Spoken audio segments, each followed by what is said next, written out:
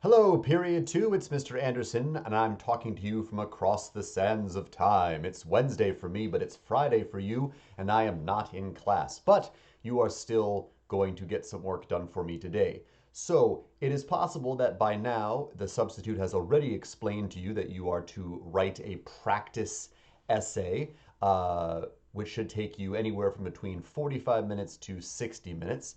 And you can do that by hand and make sure you leave that essay with the sub. Once you are done with that, the other task I have for you today is based on this handout, which all of you should have a copy of now. And you can complete this activity on the back of this handout, and you can give it to me in class when next I see you.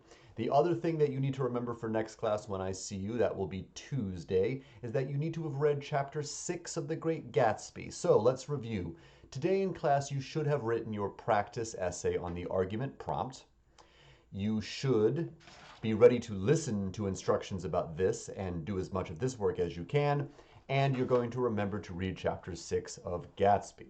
So now let's jump in. What we are doing with this sheet here, everybody, is something I like to do a lot called a model paragraph, where we break down the structure of a professional writer and then we apply that same structure to our writing. So today we are dealing with a long paragraph that is really just two sentences. The paragraph about the different peoples who lived in the Middle East at the time of the Bible. We already went over the first sentence, but I'm going to do it again for the benefit of people who weren't here, and I'm also going to make a slight modification to make it simpler. So our first sentence is this one here. To a distant and yet discerning eye, the Near East in the days of Nebuchadnezzar would have seemed like an ocean in which vast swarms of human beings moved about in turmoil, forming and dissolving groups, enslaving and being enslaved, eating and being eaten, killing and getting killed endlessly. So when you do your version of this paragraph, you're going to want to pick a topic that you know a lot about that perhaps the average person or the normal person does not know as much about. In the same way that most people have heard of a civilization like the Egyptians or the Persians, but they haven't heard of all the other civilizations that he goes on to list in this paragraph. So you could, for example, pick a topic like geometry. Most people have heard of angles and shapes, but have they heard of all the different components of geometry that perhaps you know? Whatever the case is, you're going to start out your sentence with the preposition to, the same preposition that he uses here, you will use to. And the next thing you write will be a description of the group that does not know this thing as well as you do. He puts it as to a distant and yet discerning eye. You could write something like to ordinary people, or to people who remember, to most people who remember math from high school. That could be your group. The topic, in this case, he's writing the Near East in the days of Nebuchadnezzar. Your topic should be whatever you pick to be the topic of your paragraph. Then you're going to use a form of the verb seems. Will Durant uses would have seemed. You could use any form of the verb seems, seems, seem, seemed, will seem, whatever. Like, and then you're going to use a simile. He says an ocean in which vast swarms of human beings move about in turmoil. Your simile can be anything that you'd like. Now, at that point, he gets into this part that's highlighted here. And if I was going to describe this part structurally, I would say it's a series of paired modifiers. Forming and dissolving, enslaving and being enslaved, eating and being eaten, killing and getting killed, right? Now, in class, when we went over this together, I said that your modifiers should all be ing words, meaning verbs in the present participle sense. I'm going to go back on that and say it's not necessary that they actually be ing words. If they are and it works for your sentence, that's fine. But I'm going to say they can be any kind of modifiers that would work nicely in kind of a paired sense. Blank and blank, blank and blank, blank and blank, right? So they could just be regular adjectives, right? Distressing and intimidating, angry and hostile, right? Any pairs will work there. And I would say you need to have at least 3 pairs. Will Durant uses 4. In class, we also talked about the need of ending your sentence with a word like endlessly that kind of breaks that pattern. In the interest of simplicity, I'm going to make that part optional. If you've done that, you can keep it. Otherwise, don't worry about it. So again, that was a review of what we did in class when we went over this the first time. Now we're going to move on to the second sentence, which none of you have done. The second sentence is a little bit more complicated. And so just in case anybody is kind of thinking, well, what am I responsible for? What's the work here, Mr. Anderson? On the back of this sheet, which perhaps you have annotated with some of this information I'm doing right now, you are going to write your version of this paragraph, which is going to be two sentences, two long sentences. Your first sentence is going to be the one we just went over, and your second sentence is going to be the one we're about to talk about. Remember, you get to choose the topic. Just try to choose something that's got lots of different parts in it, lots of different components, so you could write about this effectively. Okay, so now we move on to this next really long sentence.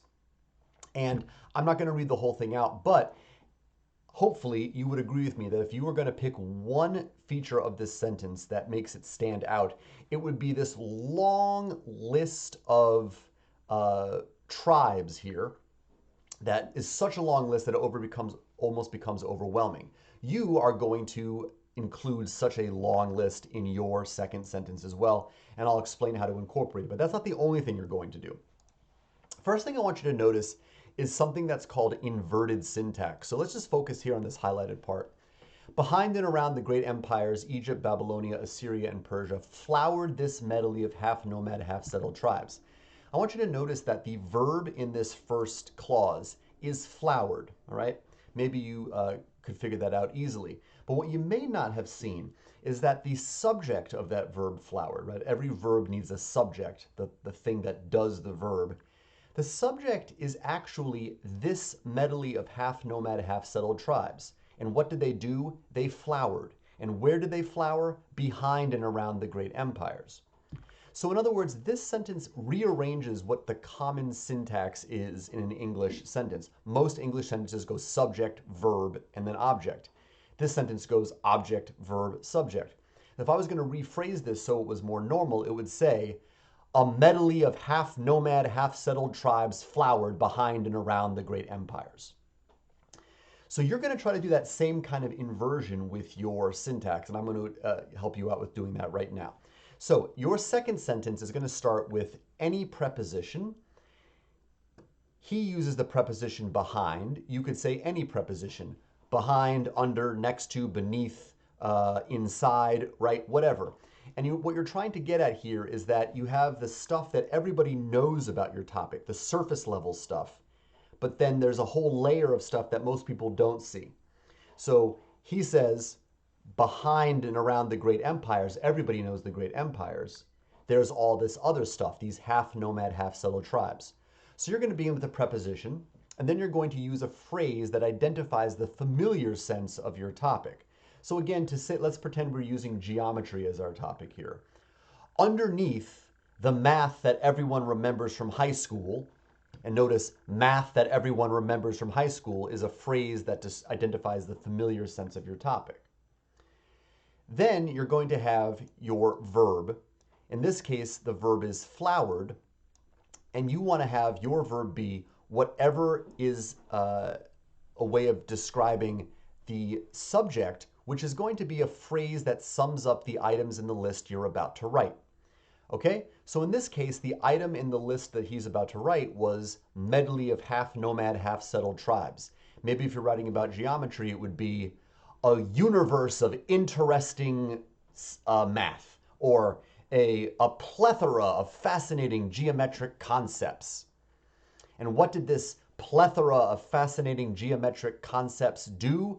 It flowers, or it exists, or it explodes, or it leaks out, or it grows, or something. And that's the way that you're going to phrase that opening part of the sentence.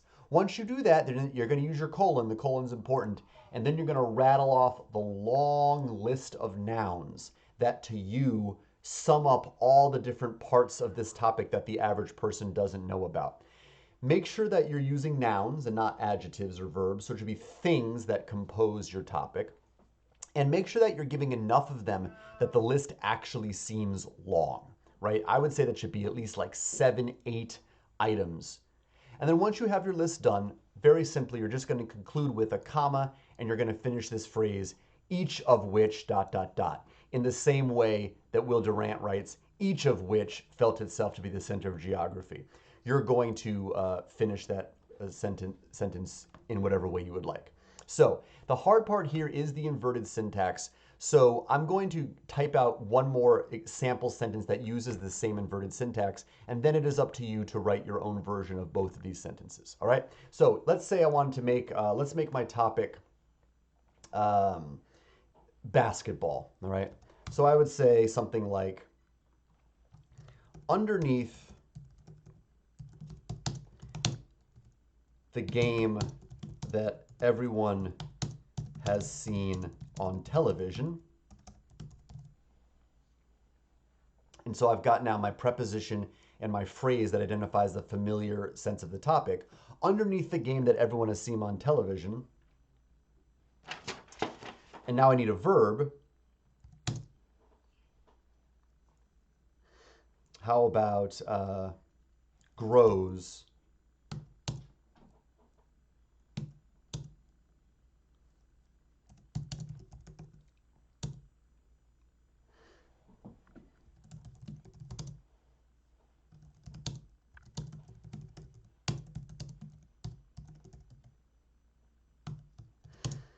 So what do I have here? I have underneath the game that everyone has seen on television grows an entire fascinating world of strategy and athletics.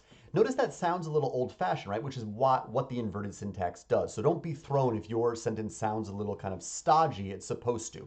And then I would list out all the items that compose this fascinating world of strategy and athletics if I were writing about basketball. Passes, pick and rolls, high screens, low screens, right? You could go into all the different components if you know about basketball. All right, so everybody, this was sort of a video in the form of the lesson we would have done today had I been in class. I'm not there, so I'm counting on you to figure this out on yourself.